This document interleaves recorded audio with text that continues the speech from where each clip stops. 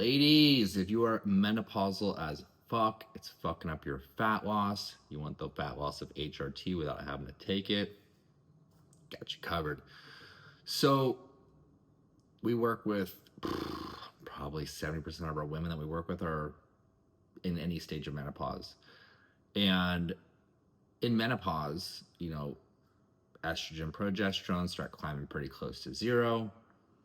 With the estrogen decrease, that's going to equal insulin resistance. It's going to equal a slower metabolism. With the progesterone decrease, that's going to recover your HRV, as well as make it almost impossible to regulate your cortisol. Now, HRT, hormone replacement therapy, most common one is estrogen. Sometimes it's estrogen plus progesterone. It gets your levels back up. And so a lot of the women that come to our program are on HRT, even though their doctor told them they're going to lose a bunch of weight. Never happened. Sorry about that volume, by the way. I'm raw dogging this, no mic. Mic's in my car. I'm just lazy. So I want to bang this out. But the common one, the estrogen, right? It also does it also does increase the progesterone, but a lot of women increasingly are actually on testosterone.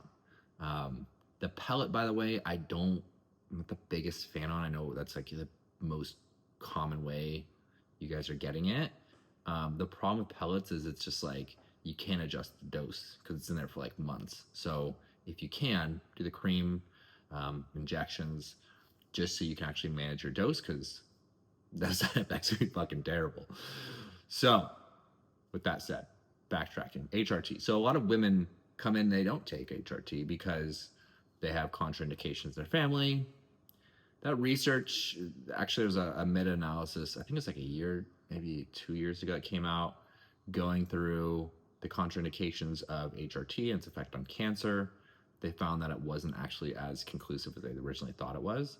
So, that's something to look up and something to take with a grain of salt. But either way, if you're not comfortable with it, you don't want to take HRT, you don't want to take exogenous hormones, there are a lot of ways you can get the fat loss of HRT without having to take HRT. Okay, so number one will be supplementation.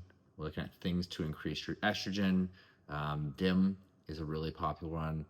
Chasteberry Vitex, that's another very popular one. Those are probably the top two for estrogen. Now, progesterone, you're looking more towards like lowering cortisol, which will decrease the interference of progesterone production. So that would be ashwagandha, 300, 600 milligrams. Start with 300, titrate up. If you don't feel it, this is one of the supplements you kind of should feel chill and relaxed on. You can go all the way up to 1200. There's been some research on that. I know myself, my clients, we just get tension headaches, which is a very normal side effect. But ashwagandha is a great one. L-theanine, and GABA. Those are probably the three to stack. You can take 500 1,000 milligrams of GABA, depending on kind of what kind of GABA you do have. Pharma GABA is the most bioavailable. For ashwagandha, it's going to be KSM 77 or 66. I don't know, one of those numbers, or Sensoril. Both are the most bioavailable forms, and most gummies, you can't fuck that up with ashwagandha. So most gummies actually have KSM 77. So 66. I don't know which one is. I'll have to look it up. Too many supplements in my head. Don't shoot the messenger. So that's kind of what we're looking at from a supplementation standpoint. Now, from a diet standpoint, we're looking at high protein. If you're menopausal, even on HRT, like that baseline 0.6 to 1.1 grams, it really does come up to like 0.8 to 1.1 grams. So that's kind of where you want to be in range. But that's going to help increase the insulin sensitivity, which does obviously drop with menopause, with that drop in estrogen. Okay, so definitely making sure you get your protein in. The other thing that's really important is fiber. So fiber, the bacteria in your gut is really going to be the thing that's going to help you metabolize a lot of these hormones and convert, such as like T4 to T3. So making sure you have good gut health with a lot of fiber, specifically 30 grams per day, is what you definitely want to aim for. Now, we have a lot of clients like, well, I don't want to track my food. So, okay, I get that. You don't do it forever, but like, how are you going to know if you're 0.8 to 1.1 grams? And, or how do you know that you're going to be hitting 30 grams of fiber? So, food tracking sucks, but it is the most efficient, effective way to get results. And once you reverse diet and you skyrocket your metabolism, like, you don't have to track anymore. You can do it intuitively. But if you're in the middle of your fat loss journey, like, you gotta fucking make some change. It might as well be one that's going to give you actually data and, allow you to really manipulate the variables so you can actually see the end result. Okay. So, that's gonna be main two for diet. Okay. The other thing that's going to help is more like phytoestrogens, which there are a lot of compounds for supplements that you can get, but flax seeds, lignans, those are really high in phytoestrogens that obviously help the production of estrogen. Now we're looking at exercise and lifestyle. So HRV, heart rate variability, I mentioned, does crash down pretty hard with the reduction of progesterone. They call it progesterone nature's sleep aid. That's why you have so much trouble sleeping during menopause. Night sweats, just overall trouble going to sleep. Like, you feel like wired all day and you're like, your brain foggy and you're tired.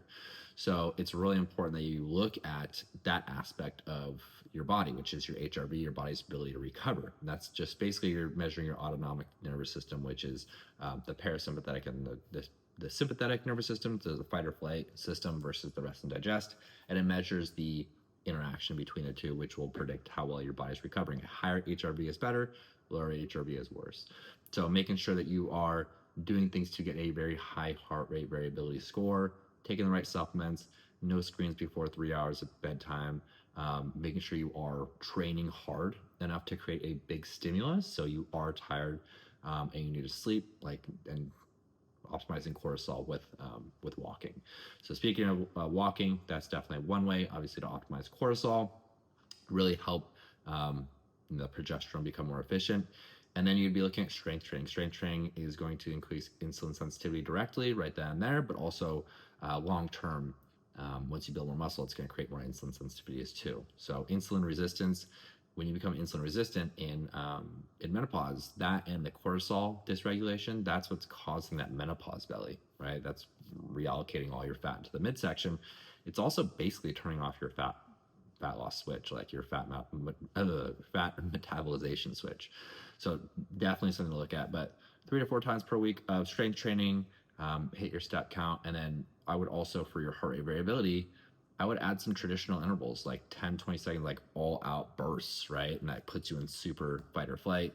And then you can kind of super compensate by going deep into that rest and digest post workout. So I wear a Whoop band that tells me how hard I'm pushing my body during the workouts and how well I'm actually recovering. But I think there's a lot of things. The Apple Watch has it, Garmin.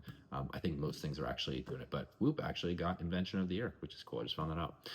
So hope this is helpful. That's how to get the fat loss of HRT without taking it. If you are taking HRT too, like, there's a lot of good reasons to take a lot of supplements such as DIM, because it's going to help the estrogen metabolism. I can get into that in a different reel or video, whatever, or podcast, whatever I'm doing right now. Because that's a whole other thing if you have estrogen dominance. But we'll stop there. Love y'all. Enjoy the rest of your day. And yeah, happy whatever you're watching.